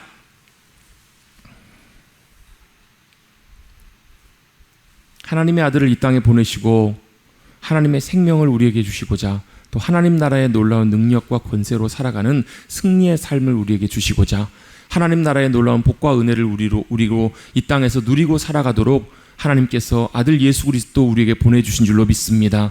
예수님 이 땅에 오셔서 귀한 사역들을 감당하신 사역은 하나님 나라의 사역이었고 복음의 사역이었고 그 사역을 통해서 하나님 나라를 선포하실 때마다 어둠이 떠나가고 모든 결박들이 깨어지고 모든 아픔과 상처들이 회복되고 새로워지며 모든 질병들이 낫고 모든 귀신들이 떠나가며 주님의 나라의 놀라운 자유와 승리와 회복과 감격과 기쁨이 임하였던 것처럼 이 시대를 살아가는 우리들에게도 동일하게 그 하나님 나라의 놀라운 권세와 능력, 역사하심의 은혜들을 누리고 살아갈 수 있도록 함께하여 주시옵소서. 그 당시에 갈릴리 많은 사람들에게 주님께서 그 하나님 나라를 보여주신 것처럼 우리들의 삶 가운데서도 하나님 나라가 임하는 놀라운 삶을 경험하여서 예수님이 참된 우리의 주님이십니다. 구주가 되십니다. 우리 주님이 우리 하나님 아들이시며 우리의 주님이 되십니다. 믿음으로 선포하며 경험하며 나가는 우리 모두가 되게 하여 주시옵소서. 오늘도 주님 함께해 주신 주님의 은혜 감사드리며 또 내일 모레까지 진행되는 성경 통독 사경에 성령님께서 인도하시고 역사하여 주시고 이끌어 주셔서 우리가 예배를 배웠던 것처럼 영과 진리로 예배해야 함을 배웠던 것처럼 우리가 모이는 모든 시간들도 하나님의 말씀을 듣고 묵상하며 하나님의 말씀 듣고 마음에 새길 때 이것이 우리의 예배가 되게 하시고 주님 만나는 귀한 자리가 되게 하시고 주님의 음성 듣고 우리의 심령과 삶이 새로워지고 변화되는 놀라운 은혜를 경험하는 남은 이틀의 시간들이 되게 하여 주시옵소서. 돌아가는 발걸음도 축복하여 주시고 또 특별히 오늘 잠을 잘 준비할 때 모든 피로 주님께서 다 씻어주셔서 하나님 아버지 개운하게 기쁨으로 내일도 일어나서 내일 하루 일정을 마치고 다시 말씀의 자리로 말씀 안으로 잠기는 귀한 자리로 나올 수 있도록 함께하여 주시옵소서. 모든 영광 주님께 올려드리옵고 이 시간도 함께하셔서 우리 영혼의 주님이 주시는 하늘의 기쁨의 샘물들 터뜨려 주실 주님께 감사와 영광 올려드리오며 예수님의 이름으로 간절히 기도드리옵나이다. 아멘. 감사합니다. 주님께 감사와 영광의 박수 올려드리겠습니다.